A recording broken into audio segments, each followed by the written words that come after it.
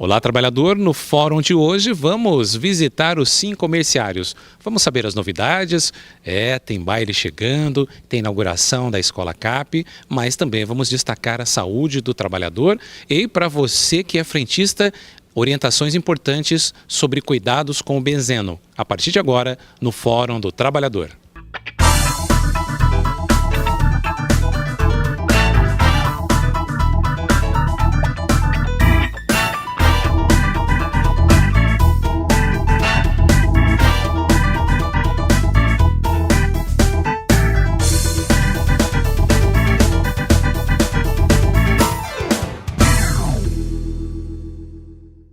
Bem, o Fórum do Trabalhador hoje está visitando uma das unidades dos Sim Comerciários. Eu estou na Escola CAP, aqui no bairro Campos Elíseos, e vamos conversar agora com a Regina Barbosa, ela que vai falar um pouquinho sobre CAP Kids, a escola dos Sim Comerciários voltado para as crianças.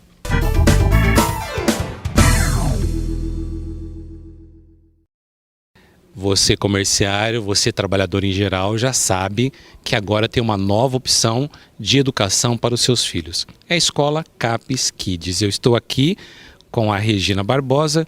Regina, uma escola que foi feita pensando na criança e pensando na família. Isso, com certeza.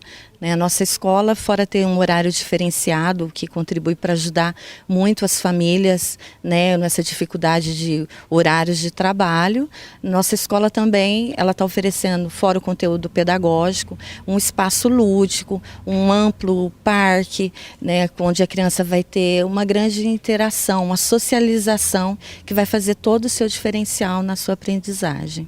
Com relação ao horário diferenciado, uma escola em tempo integral e tem um período a mais para o pai que trabalha, para a mãe que trabalha, conseguir sair do emprego e buscar o filho na escola. Porque nós sabemos da grande dificuldade, esse trânsito que acaba atrasando. Então, para os pais poderem ter essa tranquilidade na hora de vir buscar seus filhos, nós fizemos esse horário um pouco mais estendido para que não ocorram alguns imprevistos, que às vezes acaba o pai tendo alguma dificuldade. Então, nós vamos atender a essa necessidade. Você está acompanhando em casa as imagens, um espaço muito amplo, muito verde, muita opção para a criança brincar, salas confortáveis, tudo feito com muito carinho. A nossa preocupação é porque nós sabemos que a criança vai passar um bom tempo aqui conosco. Então, nós temos que fazer tudo para que esse momento seja o mais aconchegante possível, porque a distância dela com a família por esse período longo, a gente sabe que para a criança é difícil, então nós vamos proporcionar todo esse período que ela estiver aqui, não só de aprendizado, mas como brincadeiras e de socialização com as outras crianças. As escolas têm uma preocupação muito grande com o lúdico, mas o pedagógico é fundamental, a gente está falando de informação. Qual o grande diferencial aqui? André, com certeza as crianças elas estão vindo para a escola cada vez mais cedo, mas a nossa grande preocupação aqui é saber que esse momento, essa fase da criança, ela é muito importante. Então nós vamos proporcionar todo o conteúdo pedagógico, mas nas brincadeiras, nesse espaço lúdico, a criança ela vai aprender muito mais, porque essa é uma fase de interação, é de conhecer os outros, porque é nas brincadeiras que ela vai aprender a dividir e se tornar com certeza um ótimo cidadão. As aulas começam quando? Me fale sobre o período de inscrições. O preço vai ficar para as pessoas consultarem ligando aqui ou visitando a escola. Com certeza nosso preço também é bem diferenciado, as pessoas podem ligar que vão ter certeza disso. As inscrições já estão abertas, as aulas vão ser iniciadas dia 22 de janeiro, numa quarta-feira, porque nós vamos fazer 3 dias de adaptação, então os pais ainda têm todo esse tempinho para vir conhecer a escola, vir conhecer nosso espaço. Eu tenho certeza que todo mundo vai ficar muito satisfeito. O telefone está no vídeo, mas é bom você destacar. Como que conversa para matricular o filho aqui no CAP Kids? Nós somos localizados numa área bem conhecida, na Rua Lagoas 349, o Campos Elísio, fica de esquina com a Rua Minas. Já existe a Escola CAP, que é de curso profissionalizante, e o nosso telefone é 3931-1900. Tá aí. CAP Kids, a dica do Fórum do Trabalhador para você.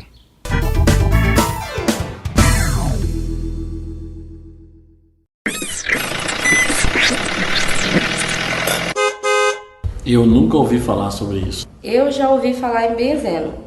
Eu sei que é uma substância que tem na gasolina, mas o que é, assim, especificadamente, qual mal que ele causa à saúde, eu não sei. Eu não conheço as consequências dos danos que o benzeno possa fazer com a gente, tá? Eu só sei que ele pode causar câncer. Um pouco eu sei, que que tem um benzeno, né? Que ele causa câncer, né? Vem no contato diariamente com o cheiro do combustível, ele causa câncer, causa infertilidade também, né? A gente vai conversar hoje o benzeno e a saúde. Eu faço parte do projeto e dessa parte educativa eu ministro algumas palestras e que tem tido como público-alvo os próprios frentistas, os sindicatos dos frentistas, os membros das CIPAs dos postos de combustíveis, para que os trabalhadores tenham consciência dos riscos que eles estão correndo e dos danos que podem ocorrer da exposição ao benzeno. Os caminhos do benzeno no nosso corpo. Como é que ele entra no nosso corpo? A gente chama de absorção do benzeno. A gente pode absorver, ou seja, ele entrar no nosso corpo de 3 maneiras. A gente absorve a maior parte pela inalação, via respiração. Ele é volátil, o que significa que ele faz vapor. E a hora que faz o vapor, a gente inala e respira. Tem um filme que ele é filmado com uma câmera infravermelho, que mostra o que os olhos da gente não conseguem ver. E a principal via de absorção é a inalatória. Então vocês vão ver, olha, isso é um abastecimento filmado por uma câmera infravermelho. Então, ele está lá, ele é volátil, que a gente tem contato. O benzeno é um paradigma. Na realidade, o benzeno é uma substância entre centenas de substâncias que tem dentro da gasolina e de outros riscos do próprio posto de gasolina.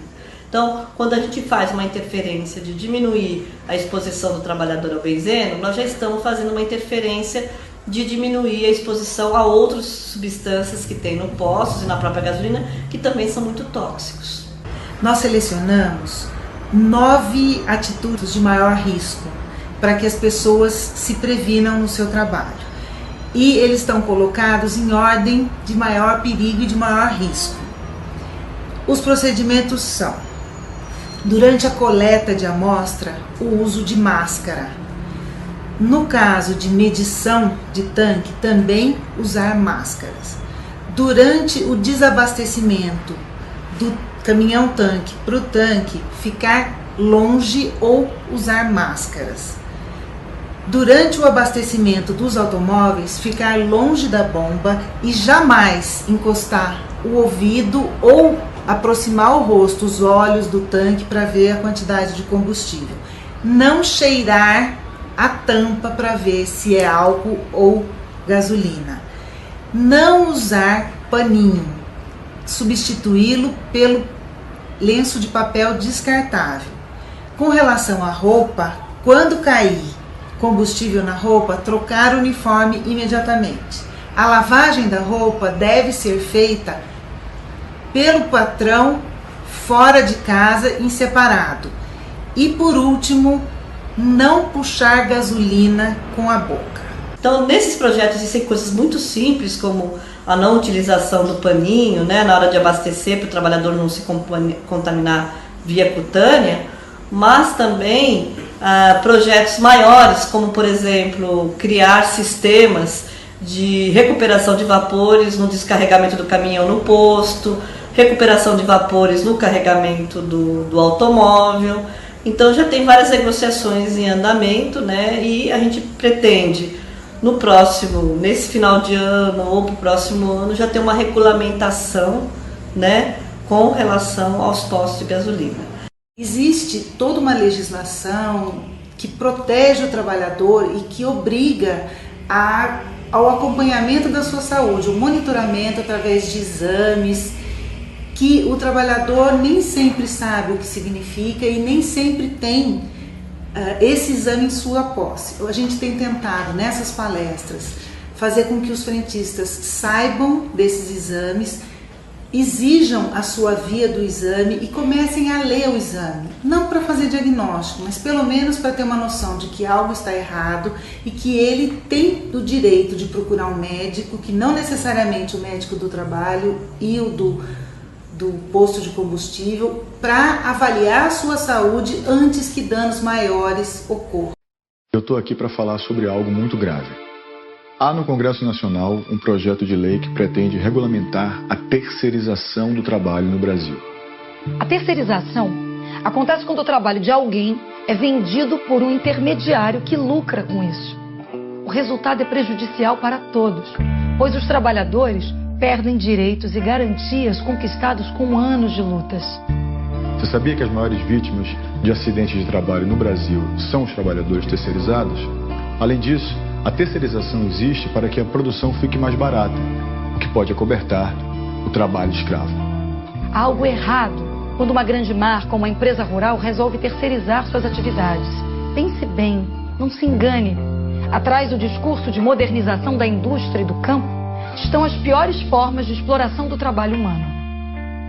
A prática da terceirização pode estar associada a uma realidade muito mais sombria do que parece.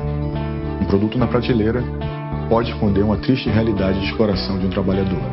É este o Brasil que você quer para as futuras gerações? Eu digo não para a terceirização.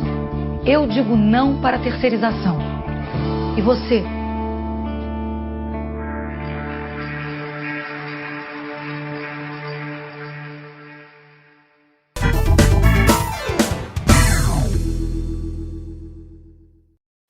Você já sabe que o Fórum do Trabalhador tem um trabalho permanente de combate ao trabalho escravo. Preste muita atenção nesse vídeo e nas informações sobre a lista suja das empresas que praticam o chamado trabalho escravo.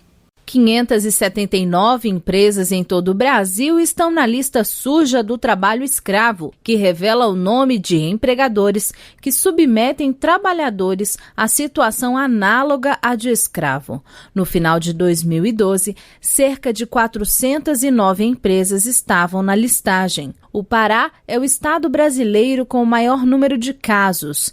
Pelo menos 26% dos flagrantes foram registrados em fazendas e empresas paraenses. Os dados são do Ministério do Trabalho, que semestralmente atualiza o cadastro. Na última atualização, divulgada pelo órgão no final de 2013, foram incluídos 108 novos empregadores que descumprem direitos trabalhistas e 2 foram reincluídos por determinação judicial. 17 empregadores foram excluídos da lista depois de cumprirem requisitos exigidos pelo Ministério. Segundo o levantamento feito pela ONG Repórter Brasil, pelo menos 21 carvoarias estão entre os novatos na lista dos que mais submetem os trabalhadores a condições desumanas. Uma delas é a carvoaria Pedra Branca, que fica em inatividade no Tocantins. Em 2011, uma vistoria constatou que 20 pessoas eram submetidas a condições degradantes de trabalho e no alojamento. Em dezembro de 2013, a carvoaria foi registrada no cadastro do MTE. A lista suja do trabalho escravo foi criada em 2004 por meio de resolução do Ministério do Trabalho e reúne empresas ou contratantes que mantêm trabalhadores em condições análogas às de escravo. O nome desse empregador só sai do registro se, depois de um período de 2 anos de monitoramento, não houver reincidência. Também é preciso quitar todas as multas de infração e os débitos trabalhistas e previdenciários. De Brasília, Graziele Bezerra.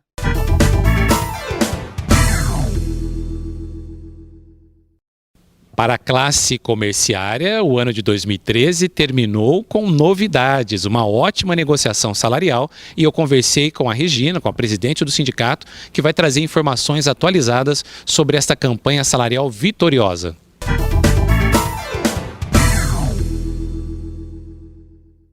Mais uma vez, vamos falar de saúde no Fórum do Trabalhador.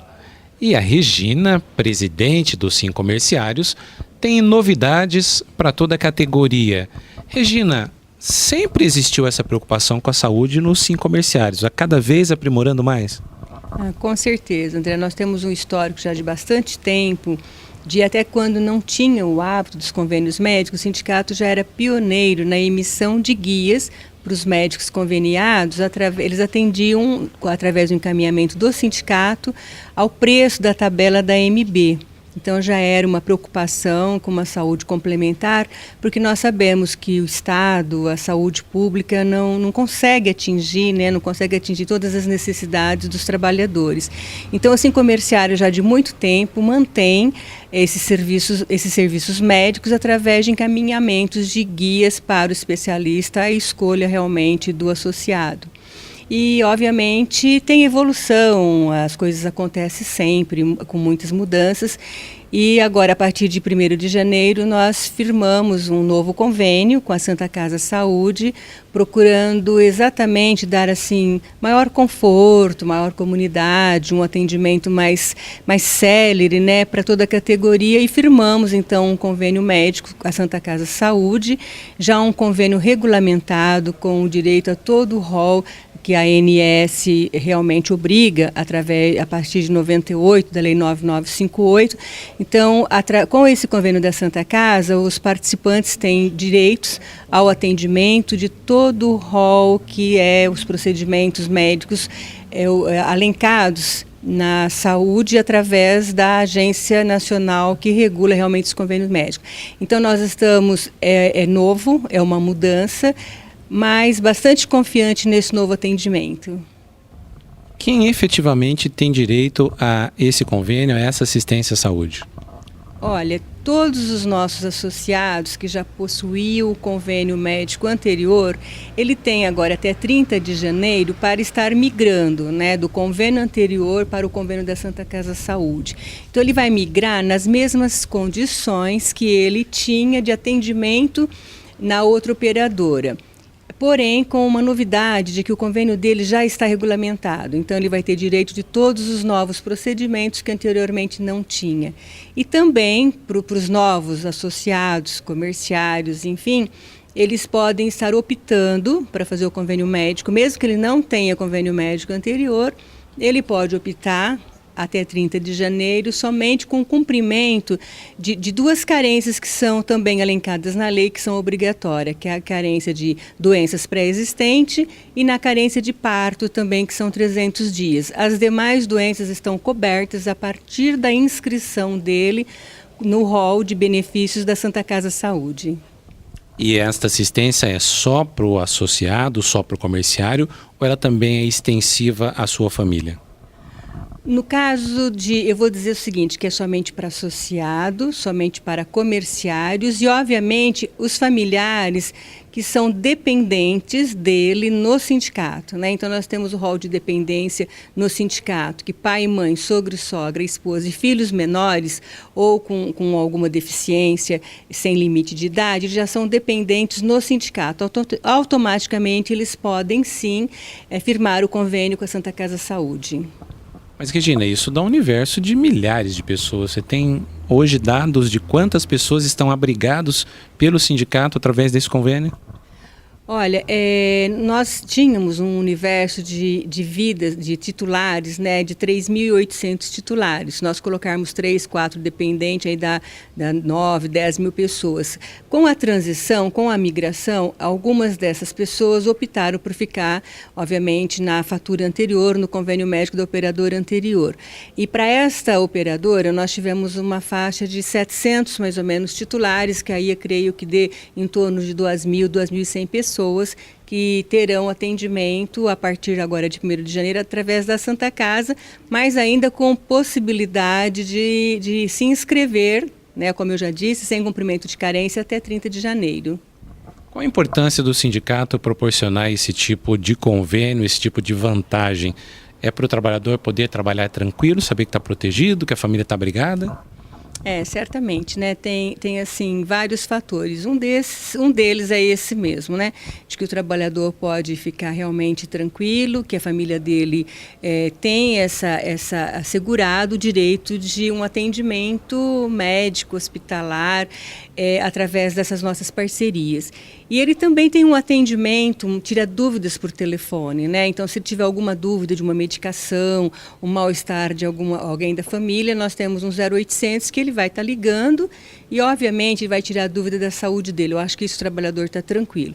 E, por outro lado, também, se através da Associação dos Empregados do Comércio, né, que nós temos que a AEC, nós conseguimos, que é um grupo grande, nós conseguimos negociar um preço diferenciado para que a pessoa possa se aproximar a um grupo de saúde interessante, por que não, né, fazer esse esforço que o sindicato pode? Quer dizer, que no paralelo à atividade sindical, que óbvio, o foco, o objetivo é o cumprimento da obrigação trabalhista, é a orientação aos trabalhadores do seu direito. Mas paralelo a isso, através da associação, já que nós temos condições de oferecer convênios, principalmente de saúde, que todo mundo se importa com isso, para a categoria, num preço diferenciado, então, por que não fazer, né? Eu acho que para dar tranquilidade para todos os associados, todos os comerciários, buscando para ele um bem-estar mesmo, né, na saúde, um bem-estar social, preocupado com o lazer, preocupado com a educação, preocupado onde deixar os filhos, que a história,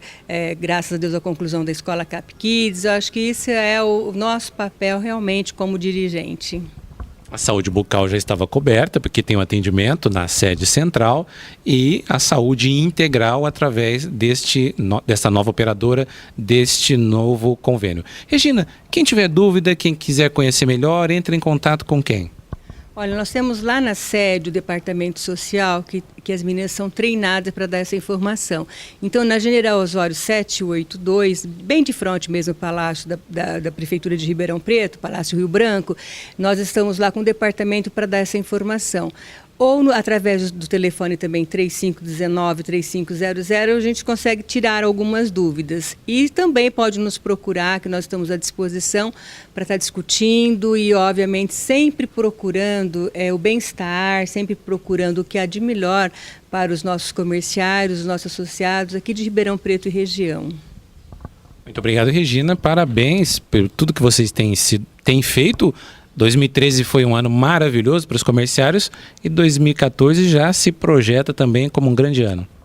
Com certeza, né? Projeto com grande ano, projeto com desafio, e nós estamos para trabalhar, né? Que eu já disse em oportunidades anteriores, nós somos trabalhos feitos para isso e realmente encaramos mesmo os desafios. Estamos aí junto com a categoria, buscando sempre dar o melhor de nós. E aí, o Fórum do Trabalhador falando da saúde do trabalhador.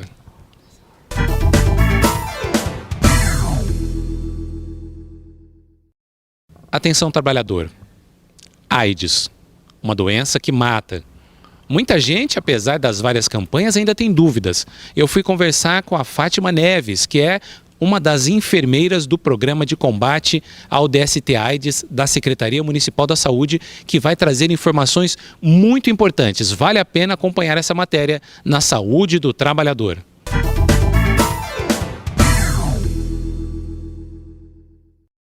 A nossa convidada de hoje é a Fátima Regina de Almeida Lima Neves, ou Fátima Neves, e vai dizer para você tudo o que você sempre quis saber sobre um tema polêmico, mas importante na sua vida: AIDS. Olá, Fátima, tudo bem? Tudo bom, André? Fátima, apesar de tantos avanços, apesar de tanto tempo discutindo, o brasileiro já tem a exata noção do que é a prevenção AIDS? Eu acredito que a grande maioria da população, sim. Informação sobre o que é a AIDS, as formas de transmissão, a grande maioria da população, sim. O que a gente percebe é que há uma dificuldade de incorporar essas formas de transmissão, essas informações, na mudança de comportamento. Mudança de comportamento. No início, a AIDS foi atribuída a homossexuais, depois a quem tinha uma vida promíscua, intensa, mas a gente também percebeu casais, mulher contraindo AIDS, os grupos ampliaram. Como que está hoje isso e como o Ministério da Saúde, como a Secretaria da Saúde tem feito a abordagem? O que a gente observa é que houve um grande equívoco da saúde pública quando, no início da epidemia, como a AIDS, ela começou num grupo muito específico, que era um dos homossexuais masculinos, ela ficou conhecida como a peste gay. E depois, um grupo que também estava se infectando bastante era o de usuários de drogas. Então é uma doença de gay e de drogado. Aí depois veio um terceiro grupo, que eram as pessoas que tinham multiplicidade de parceiros. Então a AIDS é doença de promíscuo. Então, eu não sou gay, eu não sou usuário de drogas e eu não tenho multiplicidade de parceiros, eu não tenho nada a ver com essa doença. E aí ficou o estigma de determinados grupos de risco. E, na realidade, monitorando as tendências da epidemia, o que a gente percebeu é que a AIDS é a doença do possível de qualquer um de nós, dependendo da exposição ao risco, ao nosso comportamento. Então, teve uma mudança neste olhar para as tendências da epidemia e a gente passou a identificar fatores de vulnerabilidade. Nós somos mais ou menos vulneráveis à infecção pelo HIV, dependendo do nosso comportamento. E aí os comportamentos que são de risco.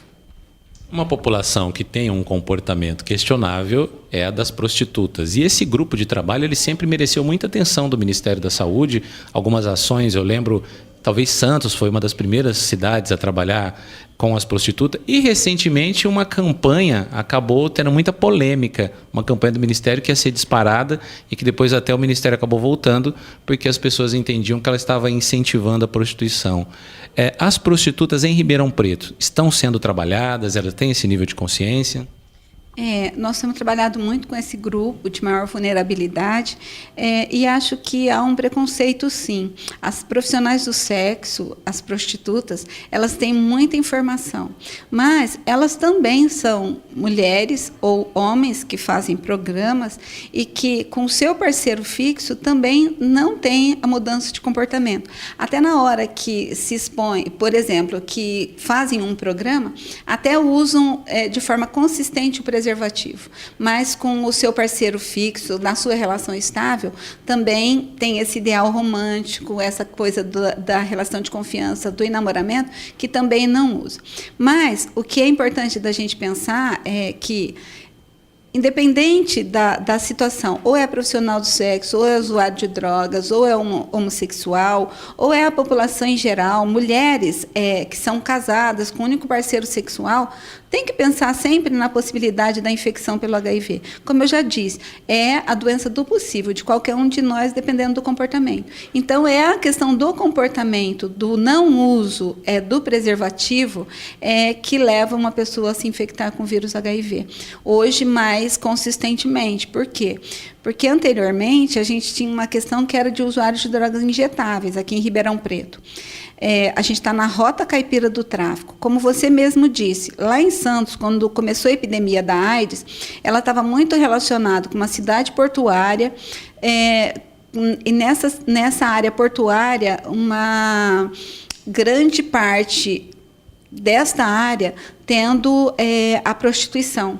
E aí, então, chega uma doença nova que rapidamente se dissemina entre essa população de profissionais do sexo. Mas também a gente sabe que a questão de drogas, ela também começa em Santos e ela vai fazendo essa questão, esse trajeto, né? São Paulo, Campinas, Ribeirão Preto, São José do Rio Preto e Bauru. Então, nós estamos na rota caipira do tráfico. Então, para além da questão dos profissionais do sexo, a gente tem que sempre lembrar bem a questão da rota caipira do tráfico.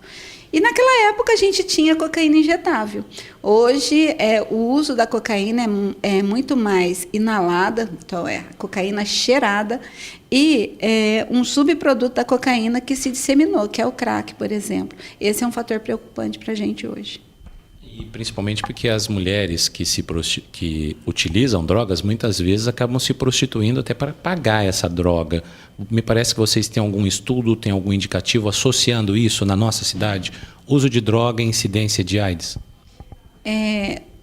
como eu disse, a questão hoje da droga, elas usam a cocaína, mas de maneira inalada. E a gente não consegue associar a cocaína inalada com a infecção pelo HIV, senão por aproximação. Porque, por exemplo, quando uma pessoa ela está sobre o efeito de uma substância psicoativa, como a cocaína, por exemplo, ela pode perder o discernimento e baixar a guarda da prevenção.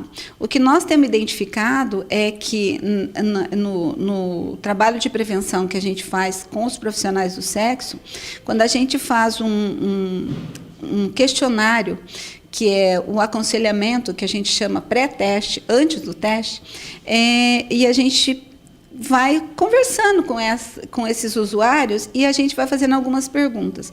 E alguns fatores de risco que são importantes. Por exemplo, se faz algum uso de substância psicoativa, e aí, assim, a grande maioria faz uso do álcool ou da cocaína inalada. Elas cheiram a carreira de cocaína. E isso associado, sim, sempre com a questão de vulnerabilidade. Quando você está nesse meio, às vezes até para você poder ter este programa, fazer esse programa, ou estar numa área de prostituição, ou estar dentro de um bar frequentando, você fica vulnerável, você fica sujeito a utilizar determinadas substâncias em decorrência da própria situação, né? Às vezes até estimulada. Prevenção.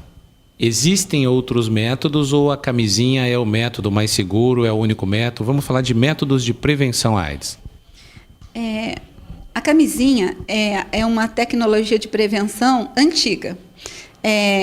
A mais antiga e a mais eficiente. A camisinha ela é 98% segura. Esses 2% é a inadequação do uso. Por exemplo, a conservação, o jeito de vestir. Por isso que nós trabalhamos muito no sentido de orientar a população a como vestir a camisinha, a como acondicionar, como guardar. Ribeirão Preto é um município extremamente quente. Então, eu não posso deixar uma camisinha dentro de uma carteira de couro, no bolso da calça, por conta da temperatura corporal e fora da temperatura ambiente. Então, ela pode se deteriorar em muito tempo. Então, eu preciso observar esses fatores. Agora, se respeitando todos esses fatores de condicionamento, de acondicionamento do produto, o preservativo é bastante seguro. É o meio mais eficiente que a gente tem da prevenção.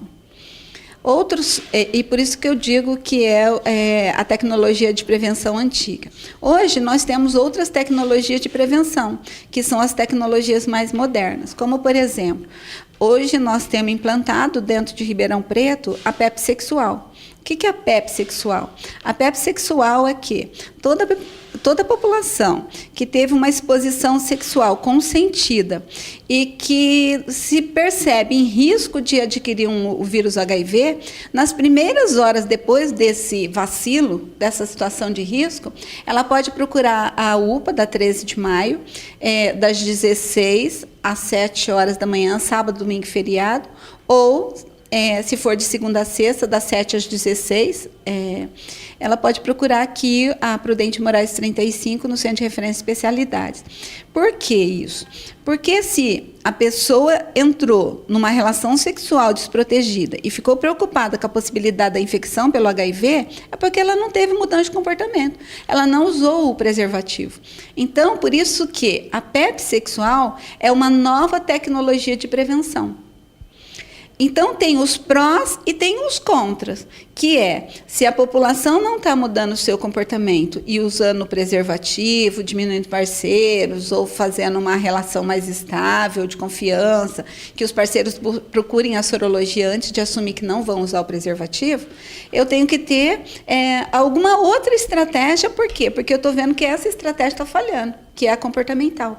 E aí, então, eu entro com uma quimioprofilaxia. E a quimioprofilaxia, ela tem todo um componente que hoje nós não sabemos muito bem quais são os efeitos colaterais dessas medicações ao longo do tempo. A gente sabe para as pessoas que vivem com HIV/AIDS, que tomam antirretroviral, porque essa quimioprofilaxia da PrEP sexual também é antirretroviral. A gente sabe que tem a lipodistrofia, a lipoatrofia. A lipodistrofia é um acúmulo desordenado de gorduras. Então, por exemplo, a bochecha, essa gordurinha que a gente tem na face, a pessoa perde, fica com a face ancovada, ela tem o desenvolvimento do gibo, né? Ela tem uma alteração da própria anatomia, com a perda ou um acúmulo desordenado da gordura corporal. Então, isso é um efeito colateral do antirretroviral. Então, por isso que ela tem que usar isso com muita parcimônia para evitar, por exemplo, que tenha efeito com a pílula do dia seguinte. Exatamente. Então, é um pouco isso. Por que e é bom você tocar na questão da pílula do dia seguinte? Porque por que é que as pessoas usam a pílula do dia seguinte? Que é um comprimido que vai trabalhar contra a concepção. Então, uma pessoa tem uma relação sexual sem preservativo e fica com medo de uma gravidez, aí vai, procura a farmácia e compra a pílula do dia seguinte, ou procura o serviço de saúde porque quer a pílula do dia seguinte. A gente tem que lembrar que antes de uma relação sexual, a gente tem que pensar nos riscos e nas consequências dessa relação sexual. Porque a pílula do dia seguinte, tudo bem, vai evitar a gravidez? Vai. Mas ela tem efeito colateral? Tem. Ela é uma bomba hormonal. Então, vai ter toda uma alteração hormonal neste organismo que vai ser prejudicial. Então, falar assim, uma vez ou outra tomei essa pílula do dia seguinte, tá, tudo bem, mas precisa ser monitorado. Agora, eu toda vez não usar o preservativo, ter relação sexual e me preocupar com a gravidez, vou lá e tomo a pílula do dia seguinte, significa que não está avaliando os riscos e não está pensando numa mudança de comportamento. É nessa mesma lógica que vem a PrEP sexual. A gente tinha disponibilizado o preservativo para as doenças sexualmente transmissíveis, para uma gravidez não desejada, não programada, e não houve mudança de comportamento. Que a gente tem observado que a Secretaria de Saúde do município de Ribeirão Preto não deixa faltar preservativo. E nós estamos tendo dificuldade de fazer a população aceitar o uso do preservativo. As pessoas, às vezes, falam, não, obrigada, não preciso. Né? Então, assim, a gente precisa trabalhar melhor isso. E é nesse sentido, então, que a PrEP sexual, usando a quimioprofilaxia, a gente também precisa pensar nos prós e nos contras do efeito colateral desse medicamento. Vamos orientar agora um casal. 2 trabalhadores, ele tem 35 anos, ela tem 30 anos. Já tiveram outros parceiros, já viveram outras histórias, já tiveram várias relações, se conheceram, estão enamorados, vão se casar. Eles vão usar preservativo para sempre? Ou eles podem fazer alguma atitude para determinar assim, estamos isentos, estamos saudáveis e agora podemos manter relação sem camisinha, sem preservativo? Eu costumo dizer que o casal, quando ele estabelece uma relação estável e não quer fazer... Porque eu também acho que a gente não tem que fazer a apologia ao uso do preservativo em todas as circunstâncias, mas a gente tem que ter autonomia para tomar essa decisão. E aí, a autonomia, ela vem junto com o empoderamento. Eu tenho que saber quais são as possibilidades para que eu possa tomar uma decisão. Então, este casal precisa estar bem orientado. Se vão estabelecer uma vida conjugal, de relação sexual, uma relação estável, procurem os dois um serviço de saúde e façam os exames que antigamente a gente chamava de pré-nupcial. Né? Façam esses exames. E é uma questão de pactuação entre os parceiros, porque dá para garantir que nós vamos ter uma relação de fidelidade? Não, mas isso precisa estar no diálogo, isso precisa estar na conversa. Se a gente não conseguir garantir isso, mas pelo menos que se use o preservativo e que isso seja um ato de responsabilidade, um ato consciente. Então, temos estratégia? Temos. O parceiro não quer usar o preservativo? Não, combinem isso, pactuem isso. os dois, procure o serviço de saúde, faça os exames. Porque também tem a questão da própria concepção. Quando você disse assim, olha, um casal, ele tem 35 anos e ela 30, e também desejam ter filhos, então para que eu tenha filhos de uma forma natural, eu preciso saber as minhas condições, minha e do meu parceiro. Então, a melhor coisa é fazer esses exames preventivos. Você disse que a Secretaria da Saúde tem preservativo em quantidade suficiente. Ao longo do tempo foi montado todo um serviço, tem uma estrutura, tem profissionais capacitados, mas a gente continua tendo AIDS em Ribeirão Preto.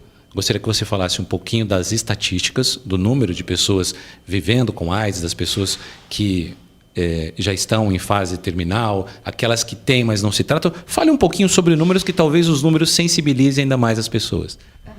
O primeiro caso de AIDS em Ribeirão Preto, ele data de 85. E até hoje, acumulado, nós temos 4.913 casos. E o que a gente percebe é que, do início da epidemia até mais ou menos 1997, nós tivemos um aumento de número de casos de AIDS. Depois, um platô, uma estabilização, e a gente percebe uma diminuição de número de casos de AIDS. E eu estou sempre falando em casos de AIDS. Você poderia me perguntar, Fátima, então quantas são as pessoas que são portadoras do vírus HIV? Nós não sabemos. Por quê? Da infecção pelo HIV até o aparecimento de sinais e sintomas, que é o período de incubação da doença, é em média de 8 a 10 anos. Então, o período da incubação da doença ele é muito longo. E as pessoas podem se infectar e não ter nenhum quadro clínico, não ter nenhum sinal, nenhum sintoma. E aí, está infectada, está continuando sua vida sexual ativa, seus encontros amorosos, tal, e transmitindo esse vírus. Lá na frente é que a gente vai, por conta de um quadro clínico, vai procurar um serviço de saúde e a gente vai fazer uma avaliação, ou vai, inclusive, sugerir o teste do HIV, e a gente encontra pessoas já com diagnóstico de AIDS. Então, assim, é por isso que nós estamos hoje fazendo, inclusive, a campanha do Fique Sabendo. É uma campanha de diagnóstico precoce. Para quê? Para que as pessoas que, por uma relação sexual desprotegida, procurem o nosso serviço de saúde e façam o teste do HIV. E aí, também, não basta fazer só o teste do HIV cada 6 meses. É como se fosse uma roleta russa, né? Eu vou lá, faço o teste, mas eu não mudo meu comportamento, eu vou lá e faço o teste novo. Daí eu vou lá e faço... Não, preciso fazer o teste hoje e incorporar as informações de prevenção e mudar esse comportamento. Porque senão é uma roleta russa, uma hora a bala pode disparar e aí a pessoa pode estar infectada com o vírus HIV. Isso é um fator com relação à epidemia.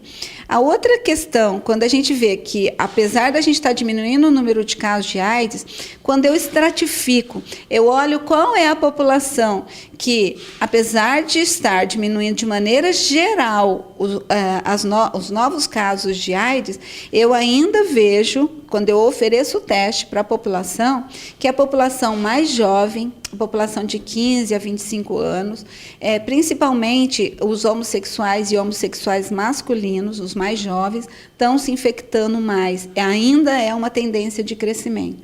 Então, precisa, sim, ter um trabalho, não só do ponto de vista da Secretaria da Saúde, no sentido da orientação, mas do próprio exercício da sexualidade com outras secretarias. A Secretaria da Educação, quando a gente pensa desta população que a gente monitora, nós temos um estudo aqui em Ribeirão Preto de internação por AIDS.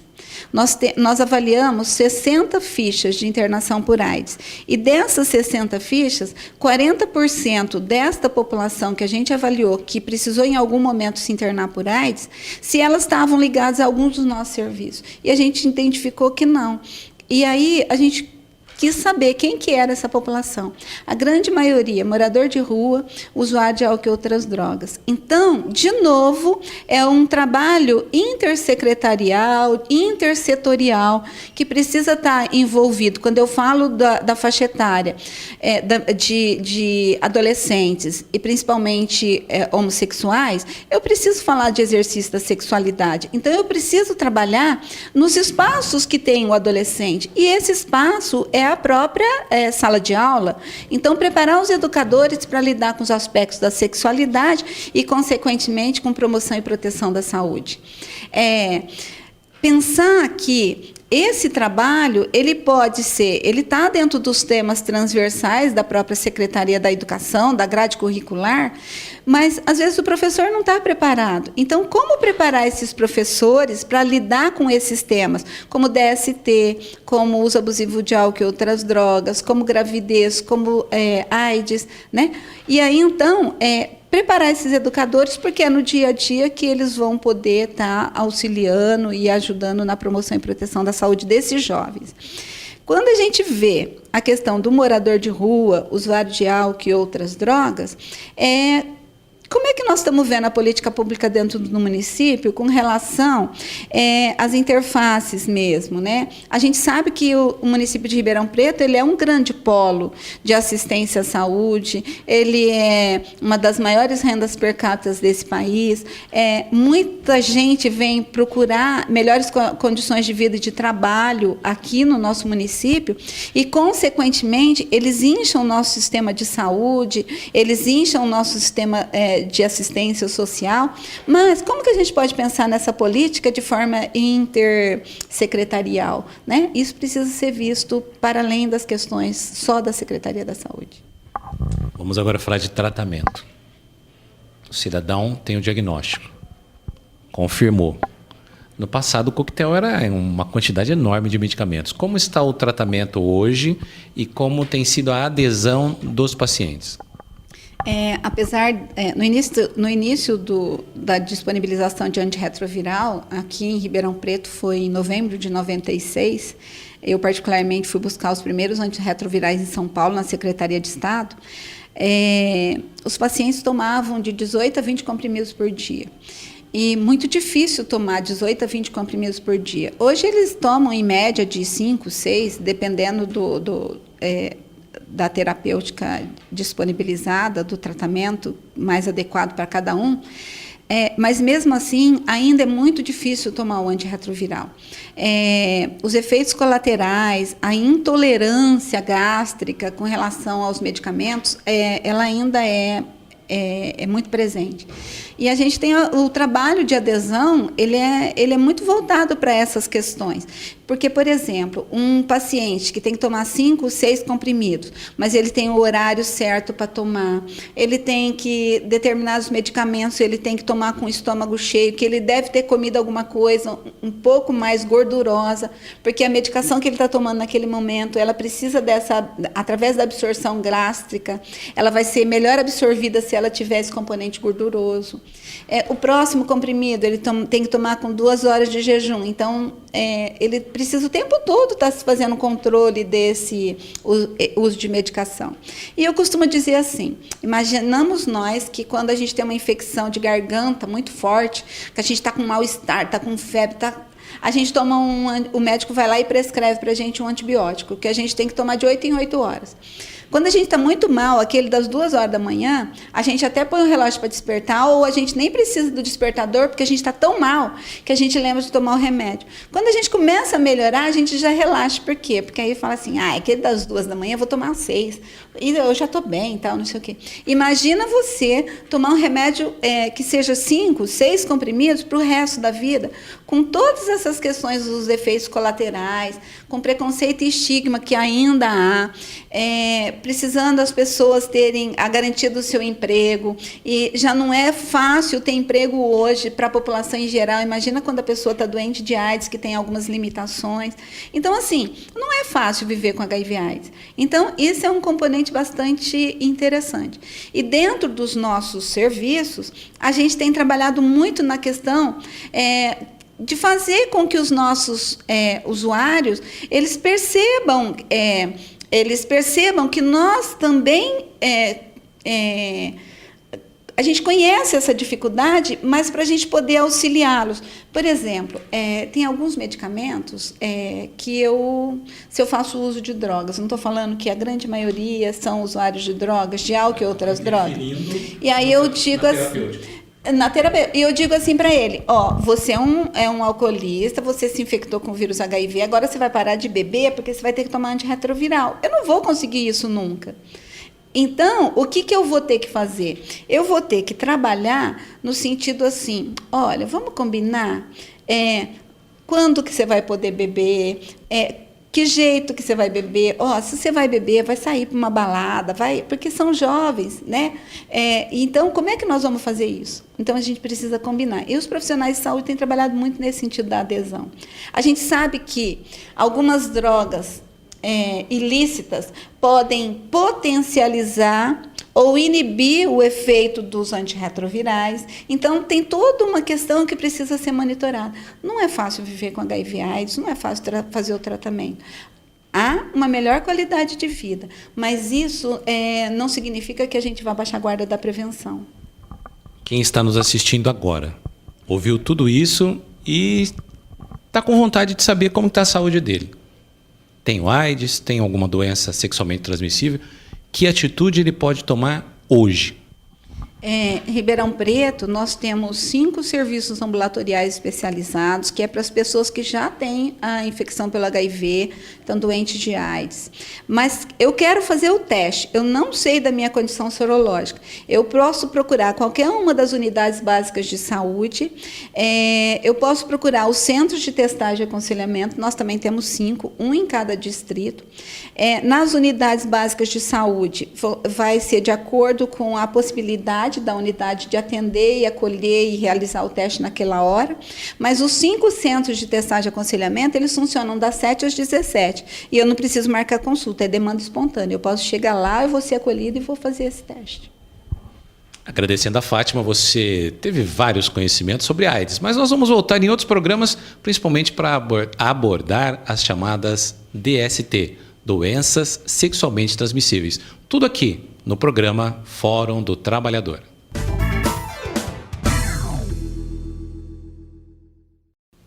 Existem 2 vilões na vida do trabalhador: o dragão da inflação e o leão do imposto de renda. E, infelizmente, o governo federal corrigiu a tabela do imposto de renda em apenas 4,5%.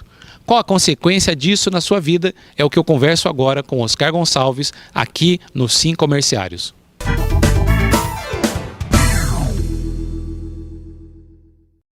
E aqui na Escola CAP do Sim Comerciários, é claro que eu encontrei o Oscar Gonçalves, vice-presidente da entidade, e que vai falar conosco sobre imposto de renda, uma batalha do movimento sindical, e infelizmente o governo reajustou a tabela em 4,5%. Ou seja, a maioria dos trabalhadores vai pagar imposto de renda agora em 2014. Olá, Oscar, tudo bem? Oi, como vai, André? Uma satisfação receber você aqui na Escola CAP.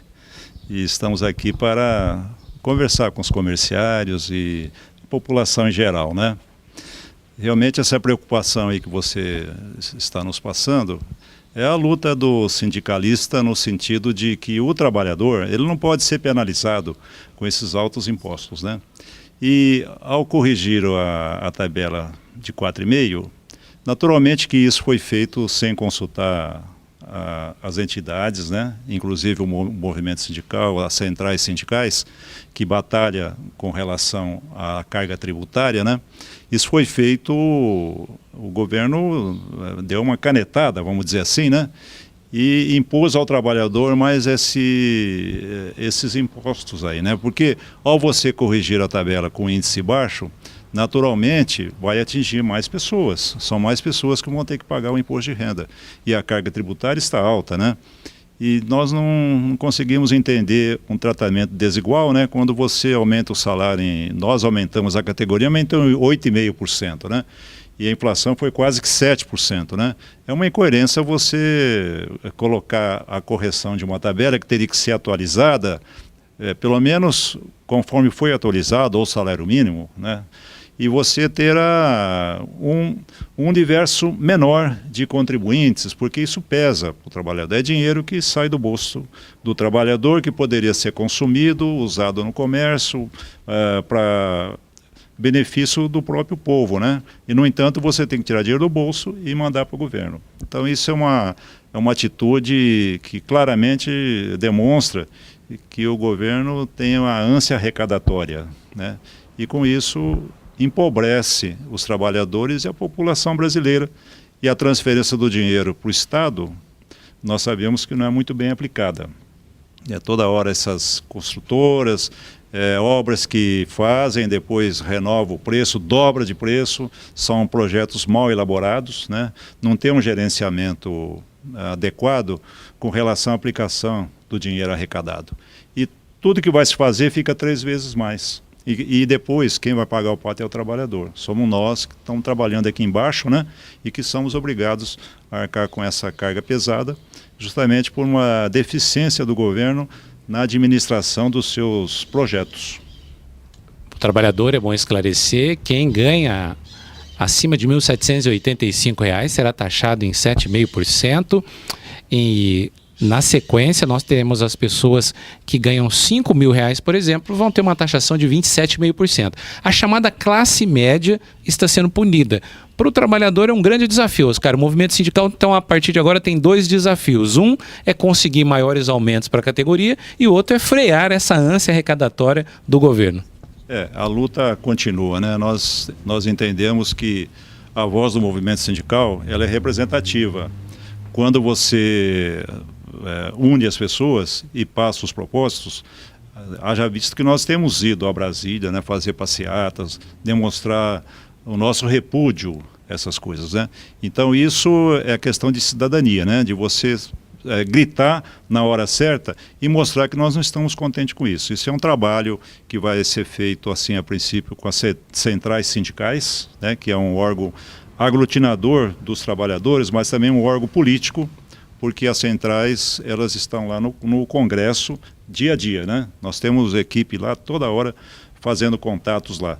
E as centrais é que vão encabeçar naturalmente esses protestos, né? E eu espero que a coisa já foi feita errada, né? Já tá, a presidente já assinou lá, né? E agora o que faz é a gente mostrar que não concordamos com isso, para que as outras vezes sejamos pelo menos consultados, né, de alguma coisa que vai fazer. Porque o nosso pedido é no sentido contrário do que foi feito, né? Mas estamos aqui no Brasil, um país que está em constantes transformações, né? E volta e meia vem essas pancadas na cabeça do trabalhador aí, né? Então nós teremos 2014 todo de briga para garantir que em 2015 as alíquotas realmente sejam reajustadas em patamares que não prejudiquem os trabalhadores, é isso? Esse é o nosso propósito, é o nosso trabalho, né? E nós vamos fazer isso e está firme aí, demonstrando realmente a insatisfação da classe trabalhadora com relação a essas canetadas que acaba tirando dinheiro do nosso bolso e você não tem saúde, não tem educação, você não tem praticamente os benefícios que deveria resultar da correta aplicação do imposto, né? Esse foi Oscar Gonçalves, vice-presidente do Sincomerciários de Ribeirão Preto e região. Olá, eu sou Osmar Prado e estou aqui para falar sobre algo muito grave. No Congresso Nacional, um projeto de lei pretende regulamentar a terceirização do trabalho no Brasil. Imagine a escola dos seus filhos sem professores, hospitais sem médicos e enfermeiros, uma construtora sem operários. Todos substituídos por profissionais com menos direitos e garantias. A terceirização se dá quando o trabalho de alguém é vendido por um intermediário que lucra com isso. O projeto pretende autorizar essa prática de forma generalizada. O resultado será prejudicial a todos os brasileiros, pois os trabalhadores perderão direitos e garantias conquistados com anos de lutas. A proposta traz benefícios apenas para os empresários que usarão a mão de obra com custo baixo. Basta lembrar que os maiores índices de acidentes de trabalho que hoje ocorrem no Brasil atingem os trabalhadores terceirizados. Caso ocorra a aprovação desse projeto, teremos redução dos atuais salários e empresas sem empregados. Pois todos serão terceirizados. A terceirização existe para que a produção fique mais barata. O que pode acobertar o trabalho escravo no Brasil. Não podemos permitir que poucos ganhem com o trabalho de milhões. Esse é o Brasil que você quer para as futuras gerações? Eu digo não. Eu digo não. Eu digo não. Não para a terceirização do trabalho. E você?